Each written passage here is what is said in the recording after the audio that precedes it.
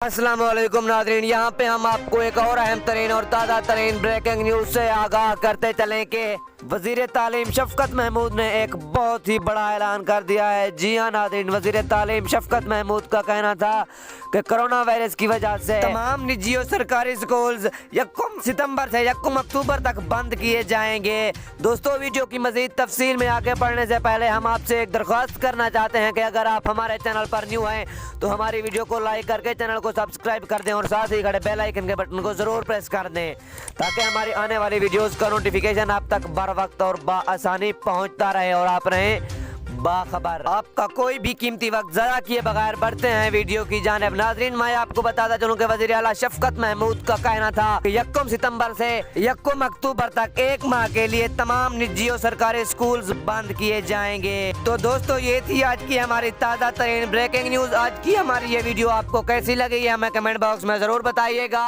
मिलते हैं नेक्स्ट अच्छी सी वीडियो के साथ, तब तक के लिए हमें दीजिए इजाज़त। खुदा हाफ़िज़।